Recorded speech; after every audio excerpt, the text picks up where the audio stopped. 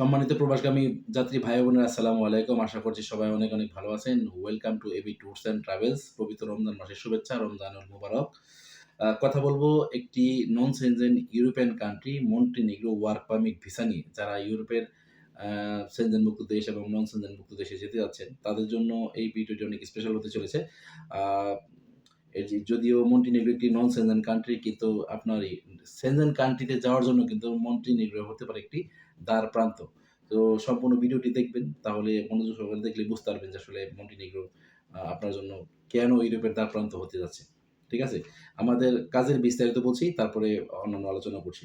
আ এই মুহূর্তে Montenegro work permit ভিসায় যে কাজের বিষয়টি নিয়ে আলোচনা করব সেটা হচ্ছে ইলেকট্রিশিয়ান। আমাদের ১০ জন ইলেকট্রিশিয়ান লাগবে।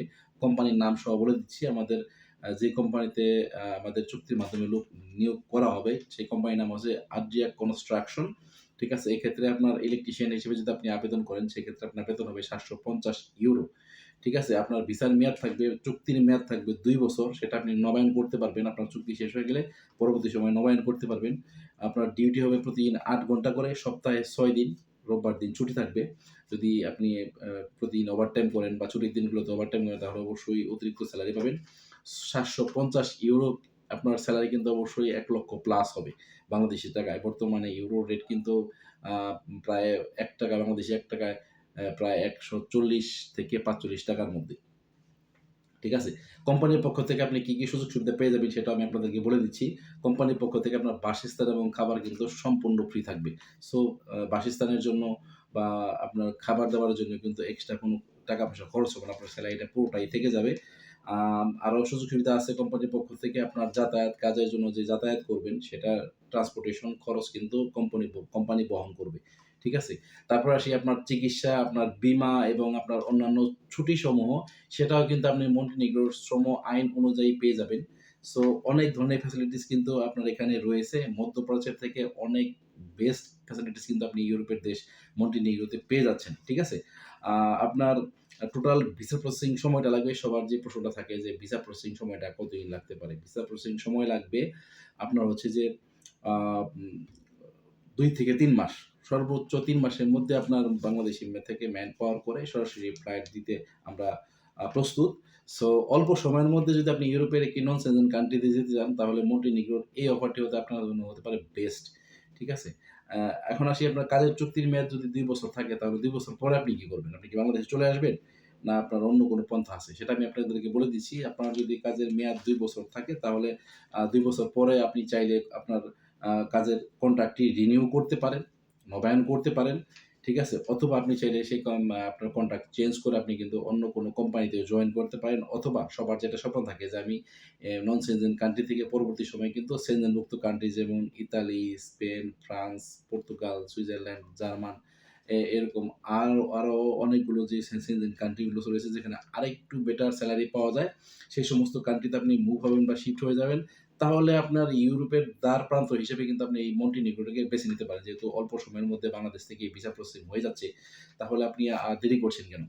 আমার ভিডিওটি যারা YouTube থেকে দেখছেন, তাদের সকলকে রিকোয়েস্ট করব অবশ্যই আমার চ্যানেলটি সাবস্ক্রাইব করে রাখবেন। ভিডিওটি ভালো লাগলে অবশ্যই লাইক, কমেন্টস করে জানাবেন।